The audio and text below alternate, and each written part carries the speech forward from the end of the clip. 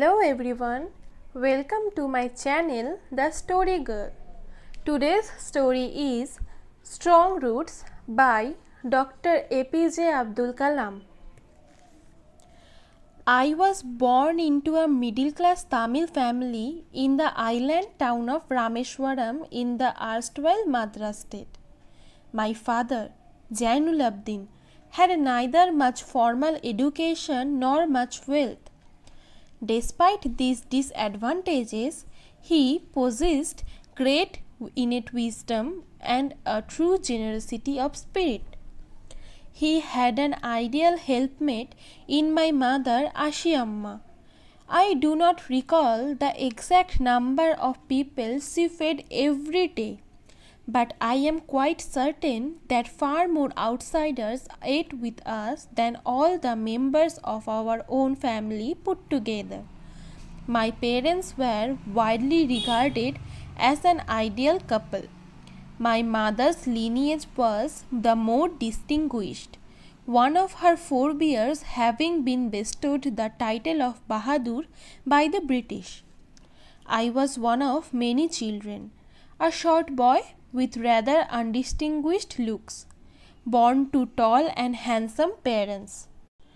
We lived in our ancestral house, which was built in the middle of the 19th century. It was a fairly large pakka house, made of limestone and brick. On the Mosque Street in Rameswaram, my austere father used to avoid all inessential comforts and luxuries. However, all necessities were provided for in terms of food, medicine or clothing. In fact, I would say mine was a very secure childhood, materially and emotionally. I normally ate with my mother, sitting on the floor of the kitchen. She would place a banana leaf before me, on which she then ladled rice and aromatic sambar, a variety of sharp homemade pickle and a dollop of fresh coconut chutney. The Shiva temple, which made Rameswaram so famous to pilgrims, was about a 10-minute walk from our house. Our locality was predominantly Muslim, but there were quite a lot of Hindu families too, living amicably with their Muslim neighbors. There was a very old mosque in our locality where my father would take me for evening prayers. I had not the faintest idea of the meaning of the Arabic prayers chanted, but I was totally convinced that they reached God. When my father came out of the mosque after the prayers, people of different religions would be sitting outside, waiting for him.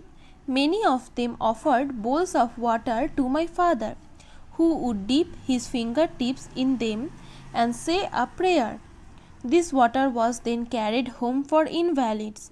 I also remember people visiting our home to offer thanks after being cured. Father always smiled and asked them to thank Allah, the Merciful. The high priest of Rameswaram temple, Pakshi Lakshmana Sastri, was a very close friend of my father's. One of the most vivid memories of my early childhood is of the two men, each in traditional attire, discussing spiritual matters. When I was old enough to ask questions, I asked my father about the relevance of prayer. My father told me there was nothing mysterious about prayer. Rather, prayer made possible a communion of the spirit between people. When you pray, he said, you transcend your body and become a part of the cosmos, which knows no division of wealth, age, caste or creed. My father could convey complex spiritual concepts in very simple, down-to-earth Tamil. He once told me, in his own time, in his own place, in what he really is and in the stage he has reached, good or bad, every human being is a specific element within the whole of the manifest divine being. So, why be afraid of difficulties, sufferings and problems? When troubles come, Try to understand the relevance of your sufferings. Adversity always presents opportunities for introspection.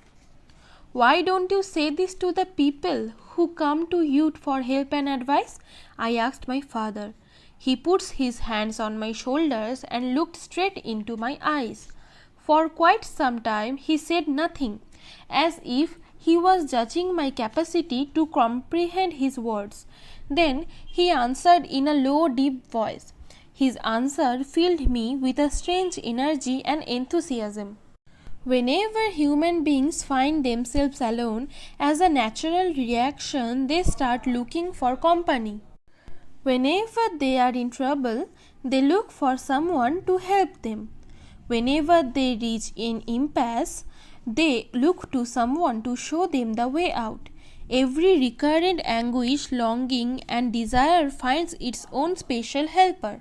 For the people who come to me in distress, I am but a go-between in their effort to propitiate demonic forces with prayers and offerings. This is not a correct approach at all, and should never be followed.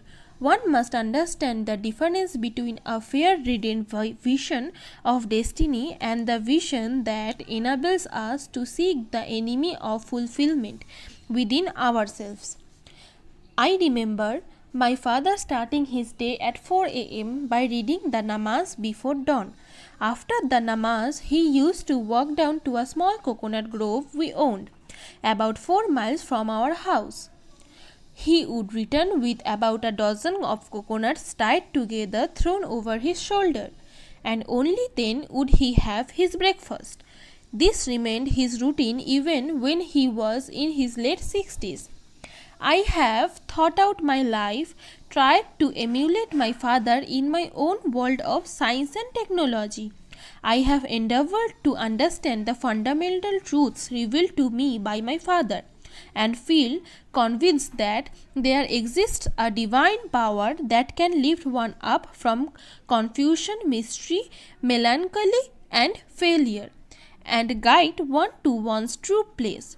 And once an individual serves his emotional and physical bond, he is on the road to freedom, happiness, and peace of mind.